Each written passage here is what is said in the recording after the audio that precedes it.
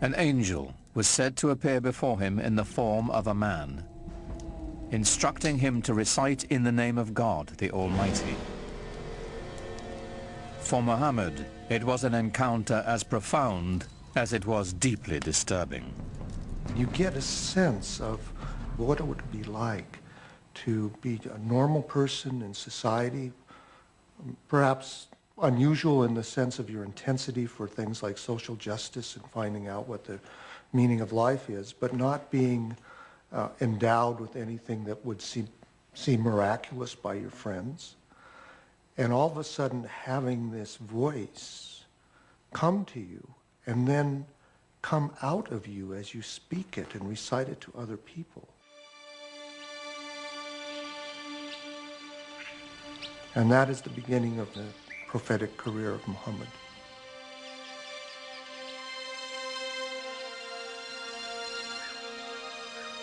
The months to come would bring more revelations. Powerful words of a lyrical quality, more beautiful than the most exquisite Arabic poetry. Above all, Muhammad was to bear one message to his people, a simple yet radical proclamation, that there is only one God. The central tenet of Islam is the oneness, the indivisible unity of God. Not something that is simply that one pays lip service to, but something that is absolutely the most important concept. Divine unity is more than saying there's only one God and there aren't other deities. It's only thinking about one thing. So to be thinking about possessions, to be thinking about status, to be thinking about power are all intellectual idols.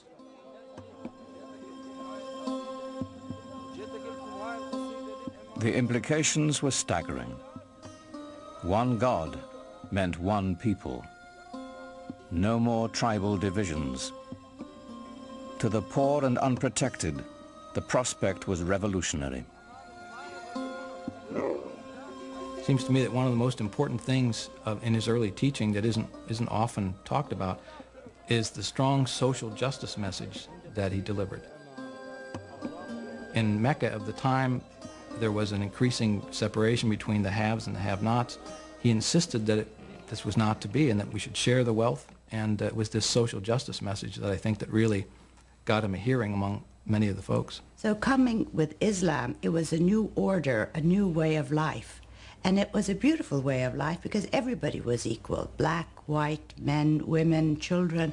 So it had that type of universal appeal, which I think was the reason why Islam spread so rapidly. Many were moved by Muhammad's message as he began to speak out in the community. It had the suppleness and symbolic depth of the great pre-Islamic poems that had been created by this people and that had given this people in Arabia such an extraordinary ear for verbal expression, where verbal expression was the commanding cultural force. Some people called him a poet, and there's a Quranic surah basically saying, Muhammad is not a poet. Poets speak through desire. This is not the voice of desire, this is the voice of God. Muhammad's following began to grow. They called themselves Muslims, for those who surrender to God. They set out to preserve the message Muhammad had brought. This was the beginning of the Quran.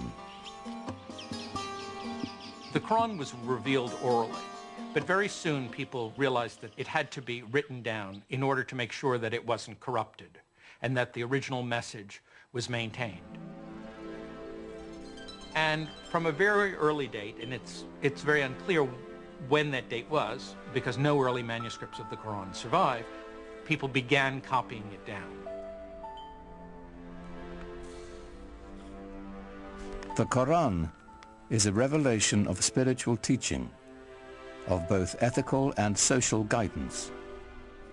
It was revealed and remains in Arabic. And what's so extraordinary about the Quran is its naturalness, so that it can say the most powerful cosmic things with a sense of intimacy, so that power and tenderness come together constantly in the Quranic language. With words alone, the Quran delivers its vision to the faithful. Its imagery conjures a picture of the afterlife that resonates with all the power of traditional Bedouin poetry. Imagine yourself in the desert, surrounded by dust, by the glare of the sun. You wear cloaks to cover your body because the wind will just sear your skin right off your face. And you walk into an oasis. The temperature drops dramatically. There's a quiet there. The wind is no longer howling. Everywhere you look, you see green and color. The world of water and paradise are symbolically tied to one another. And the Quran can conjure that up with just a few briefly chosen words.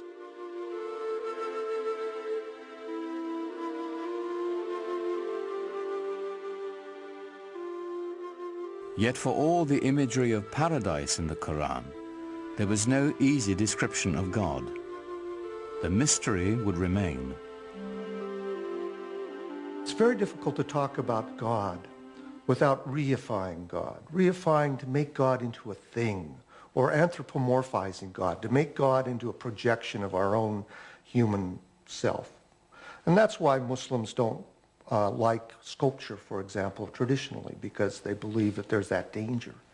And the Quran avoids that by constantly shifting the pronouns, so we can't really reify God and get an image, a physical image of God.